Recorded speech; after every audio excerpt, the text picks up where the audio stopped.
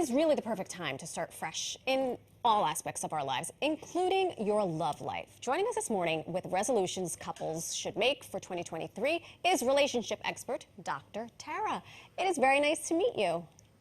Likewise, excited to be here. Oh, this is fantastic because, listen, everyone is either in a relationship, getting out of a relationship, thinking about a relationship, and it's all news we can use. So first things first, how do we encourage healthier relationships, period, full stop, regardless of the year? Encouraging healthier relationships have a lot to do with feeling grateful. There's research that shows the gratefulness feeling is correlated with quality of relationship that you're in. So cultivating grateful feelings about your partner, your husband, wife, or the person you're dating is very important in fostering more positive habits in the relationship. Okay, it sounds so simple, and especially when you say it, it's like, oh, it's easy peasy, right? And I think specific habits you can do. Right. So, for example, what are these specific habits? Yes. So number one, try leaving more grateful notes for your partner around the house before you leave for work.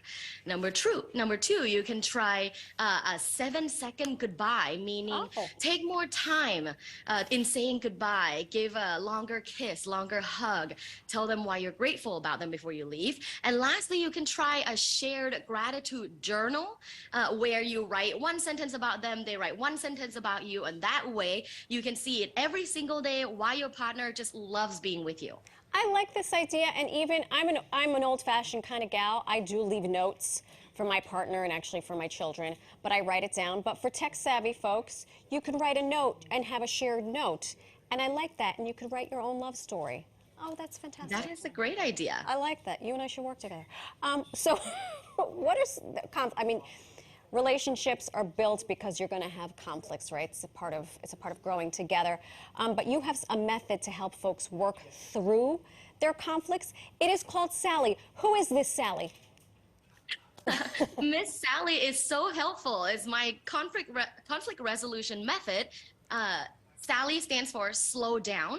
First off, when you're in a fight or a conflict, you tend to go on fight or flight. So a lot of you're fighting without listening to your partner. So first off, take a deep breath and slow down. A for ask questions. Ask your partner questions. What is it that they want? Then listen empathically to understand their needs. L for list out the things you want to achieve and then say yes to the things that you're able to do for your partner. Sally. I think we all need to introduce Sally to we need to introduce ourselves to Sally and then introduce Sally to all of our friends.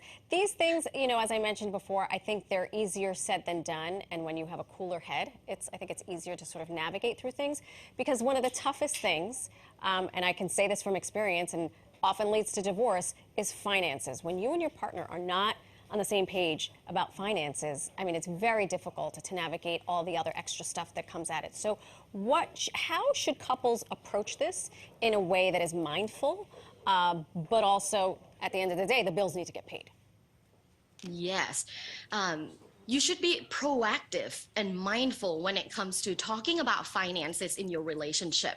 So don't wait until you have 2 children to talk about finances and how to go about planning your finance goals as a couple and as an individual. So if you're in early dating, maybe you are recently married, or even if you already have 2 children, you should definitely sit down and plan mutual and independent financial goals together.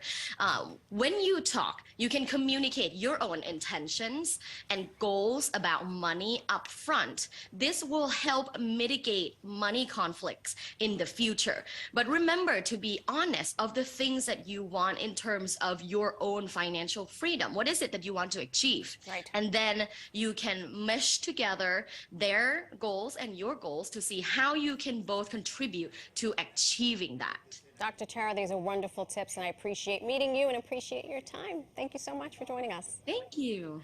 Of course, we're going to post these tips on our website at pix11.com.